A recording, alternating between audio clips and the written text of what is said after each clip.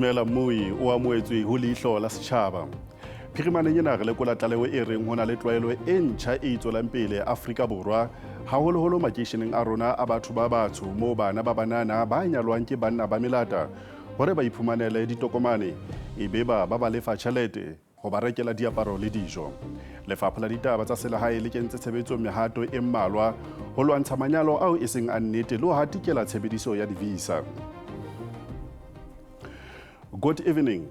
The Department of Home Affairs has implemented several measures to combat the fake marriages and the abuse of visas.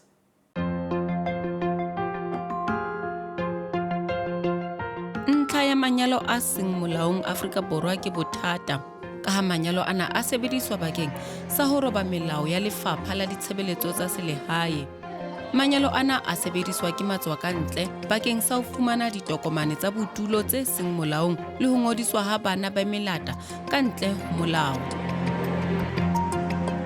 Mmuso o re o sebetsa ho tiisa melao e laolang manyalo ka ho kenya tshebetsong mokgwa wa technology o sebedisang mahlo a motho. Mokgwa ona ha o tlo sebediswa bakeng sa ho thibela manyalo a seng molaong fela, empa le madibohong le meahong ya tshireletso e hodimo.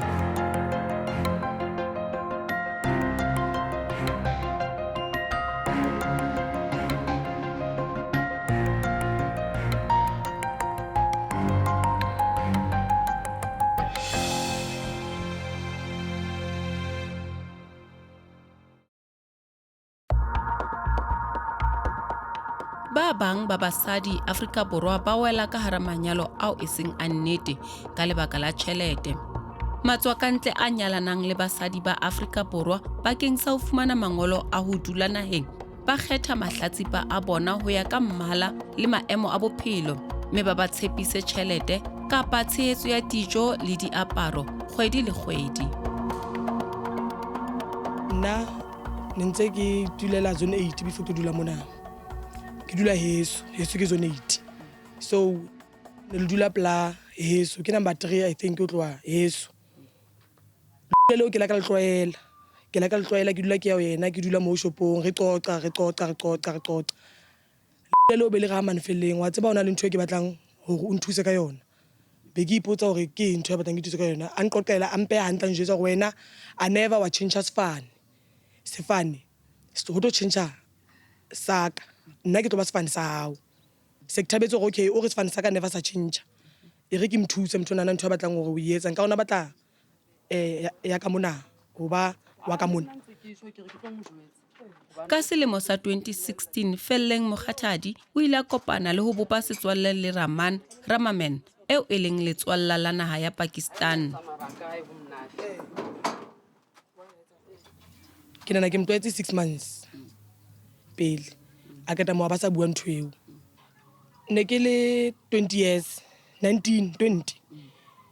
So ne na le ngwana ka ona sa le teng a le mnyane, so ke sokola like ke itjwetsa hore tjhelete eo e tlo nthusa motho wa ka ona tsuba nyaope o tjhong o sa hlokahetse no ona tsuba nyaope, then be ke itjwetsa hore tjhelete eo e tlo re thusa hore re kgone ho etsa le ngwana hobane ngwana ka ona kena le crèche hape. Felleng ha ne a dumela ho nyalwa ke Ramaman ona, o ne a sentse a le metsi ka mora ditsebe, mme a nkile qeto ena le mohlankana wa hae eo e neng e le lekgoba la nyaope ka nako eo.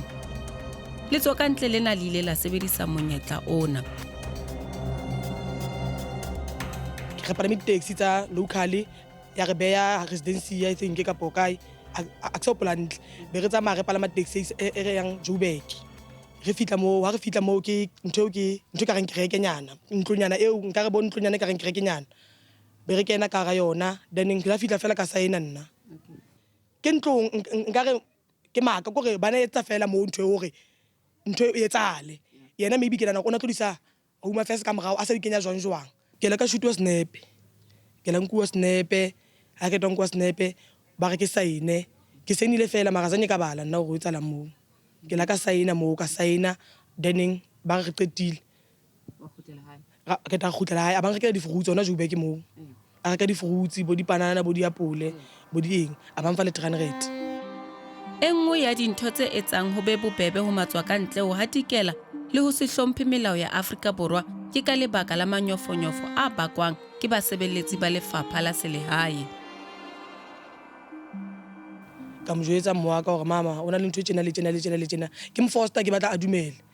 A ntse a nshebisa ntse ga felleng ntho tseo eng se ka etsa jwalo eng, nna be ke ya ka mangangaka. A se kgutla se ke pata mare o sa bona ka bo dintho bo di-fruits ke di nka kae ntho tseo ke di rekileng. Mariam Mokgathadi ke mme wa Felleng, mme o ne a sa dumellane le qeto ya moradi wa hae. A mpolella neng hore o batla ho etsa ntho e so ya hore a nyalane le Pakistan la mokopa o tho jwalo ho nna. Ya ba nna ke a mo bolella hore ngwana ka ska ba etsa ntho eo. Ke phoso e kgolo ntho eo ke gore future ha o e tlo senyeha. So gore o hane ya ka wa dumela ngwanonwa. So a etsa ine le Sunday ke a hopola ke tswa mosebetsing. Ke thola re kile dintho ha fihla ke mmotsa o yentse ntho wa re mama ke yentse. So ke la utlwa bohloko haholo. Ka utlwa bohloko hobane o mfeitse ngwana. Melata ena ha e qeta ho nyala le ho fumana ditokomane tsa bodulo Afrika Borwa ha ba ananele ditshepiso tsa bona, mme kaofela ha bona ba kena poneng ha ba tlamehile ho lefa basadi ba bona tjhelete ya tumellano. O ne tlo mfa 300 every month. O tjong ona tlo mpatala every month. Until then. O la go o tlo mpatala until o tjong o dula mpatala fela 300 tse o dula mpatala. Magazanya etsa jwalo. O la mpatala 6 months kapo 6 to 7 months antsa mpatala a banyamela. O lo o sa mpontshitse mo a dulang teng. O na tloha o tjong shopa e la tloha ka mona. Ka re mo bana ba tebela a tsebe a baya kae Vanderbilt mo ba re Felleng ke tlo bontsha mo se ke rekisetsa teng shopong e nngwe. So ke la ka tseba mo kaya maybe ke la bo mai 3-4 o lo re mona hae o mfile bo 2 a bo 3-4 ka gola ke la ka ya mo Vanderbilt a mpatala 300 tsa ka. After mo be ke ya hape ke lo msheba ka thola hore ha sa le so e la qeteletse entse hore ba ntebele ka tlung. Ke la ka teletswe ke tebetswe moaka a ba jwetsa malome wa ka a batla a banka stepe sa hore ke tsamaye hobane Masomali ao a ka tloang ka ntlo a ka tloang ka ntlo a eso nna ke tsamaye hobane se lo batla le bodulo mo ke tlo dulang teng. Ke ya tla tsamaya ya nqala mo pain ya qala mo ya hore ke utlwe bohloko ya ka taba enana ya hore ke nyetse ke itulela mokhukhung.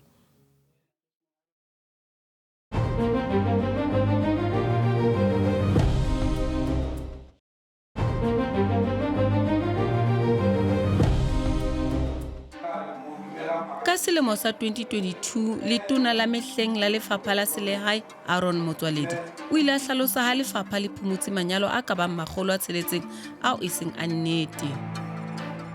Ne ntse ke sena taba ke itjwetsa hore hae ha ona taba e etsa ntho eo e re fela ne ke phushe a ke so tsebe a ke so bone hore sefane sa ka tshintshile ke re nna salang siya ka ntwana ya hore wena never wa ba sefane sa ka nna ke tlo ba sa hao wena sa o tlo dula se le jwalo o le Mokgathadi.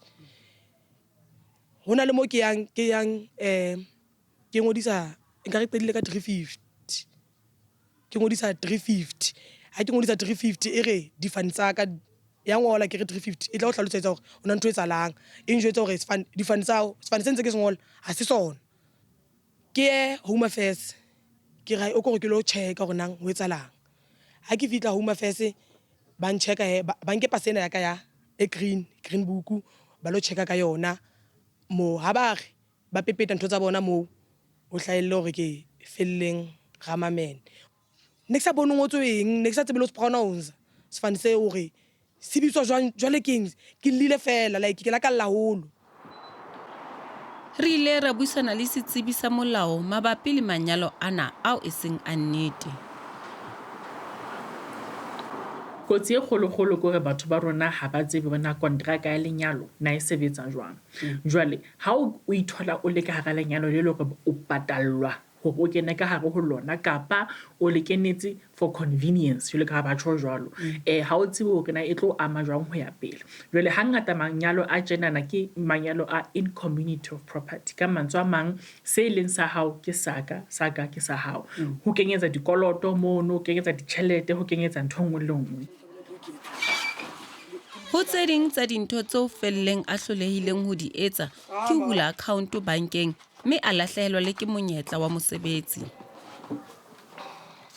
No tjenana ne se ke o na le mo ke yang teng e qala training mo ke ba re ke teacher assistant guide ntse ke tsama mo training ke 3 weeks ho fitla mo o tlang banka also a nke pasa o nka pasa ka o ntsa etsa mo o ntsa kenya ntholong ke a bona man hore ha e hlahe o tshonthona ka po maybe e se lokile ke re ka bo tsalang o sona nsainise khatha ke ga o tsa khatho wa sign sexaina ke ga qetile wa etsa tje o tshong ke qetile ha sa qetile a sa entse kaofela a ke tsebe o tlika kae then e mbontsha hore o hla lebitso la ka sefane sa ka o ga man girl kopa nka dime pasa ya hao ke re o sihle ai nna ke tsebe ka be ka bua maka hore mo o bane ke itse ka nyala o na le mo mpotsang hore o nyetswe ke re a ka nyala ha se fitla mo o sampotsa go itsa wa nyala eng wa tshaba tima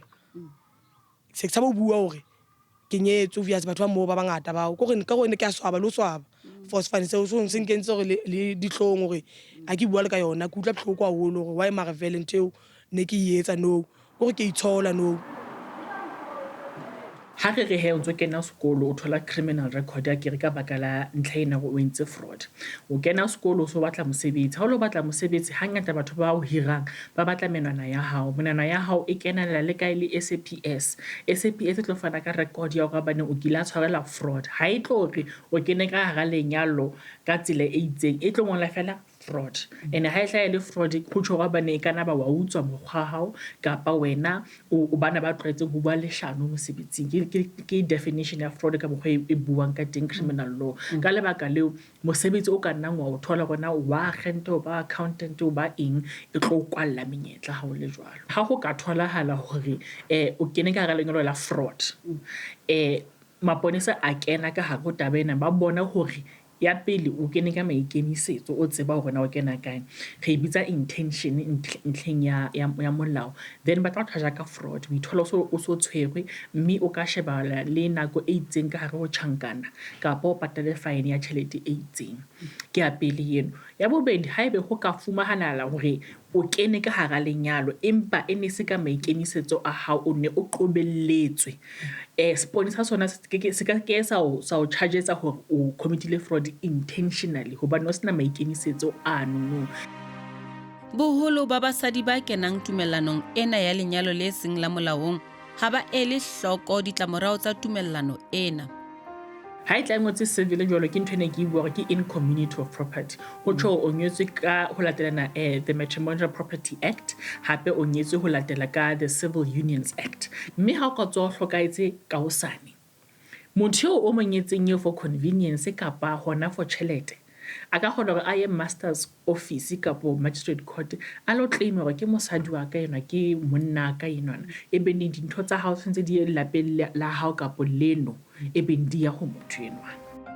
le ha felleng a ile a kgona ho ngodisa bana ba hae ka sefane sa hae sa tswalo empa ho nyalwa ke molata ho ntse ho amme bana ba hae hampe like ho thata hore dintho di nketsahalle no ke tamile ke tlo sebetsa mara sefane ke sona se nsokodisang ke sokodiswa ke sefane no I never ke kgone ho etsa nix sefane sa ka ke se kopa back kopa sefane sa ka back ke batla sefane sa ka fela ka thola thuso fela ka sefane sa ka sa gutla ke kgone ho etsa ntho tse ke di etsang for bana ba ka ke batla ntho tse ngata ntho tse ke batlang ho di etsa go re la ke re ke tlo reka bo eng a ke never ke kgone ho e reka ka sefane sa ka se lo re se paseng a ke kgone ho etsa pasa ke kgone ho etsa hobane ke a nana hore ha ke ya ke lo etsa pasa e tlo mfa gamamene ya smart card zanye a mamela ntwe wa tsanga bona le hore pele mo a yang teng o lo safareya le hore le bana ba tlo safareya ka baka la hae ona jwale tje ke mo kopela thuso because e etsa hetse ntwe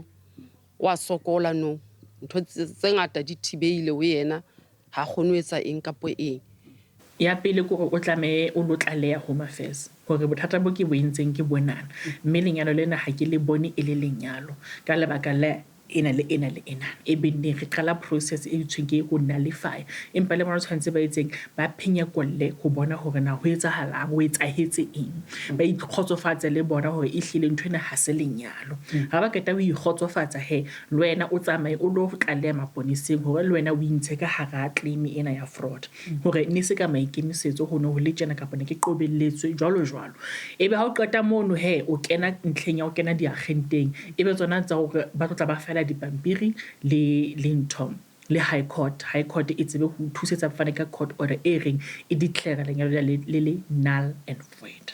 Legal aid fana ka thuso mahala o tshwantse o kgole ka tlase ho 10,000 rand ene boholo ba bona ha ba sebetse so e sentse le bonolo ha ile jwalo e nngwe go ya di university tse tshwanang le bo UJ bo Vets ba nang di law clinic me lo ga baneng di student le di lecturer tsa di le di lawyer tse ding teng ka re law clinic ba o fa advice mahala go fta mono kwa o ya LPC Legal Practice Council ba nang di pro bono offices ka mono mo di lawyer di leng teng di thusang mahala o tswe le kutlwisiso hore na ho etsa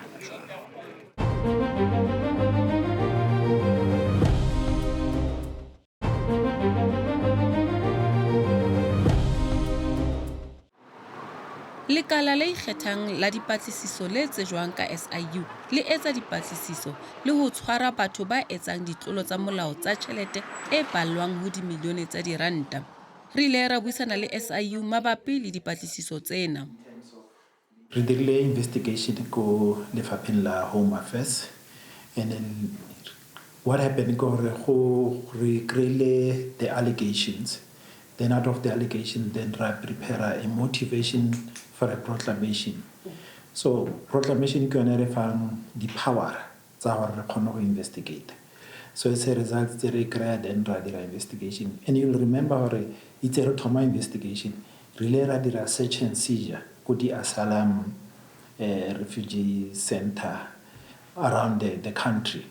So it's a redira more we managed to get other information in order to some investigation ya rona.